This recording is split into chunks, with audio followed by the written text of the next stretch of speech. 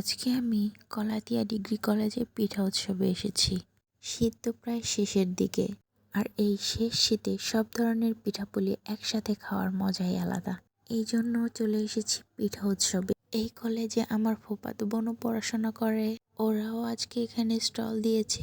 এটা ওদের স্টল। দেখুন কত ধরনের পিঠা এনেছে। পিঠাগুলো দেখতে যেমন সুন্দর, খেতেও তেমন মজাদার। এখানে আছে মিষ্টি, রোল, চিতই পিঠা, কাপকেক, নারকেল পিঠা, নুডলসের পাকোড়া, তেলের পিঠা, মোরগ শঙ্খা পিঠা।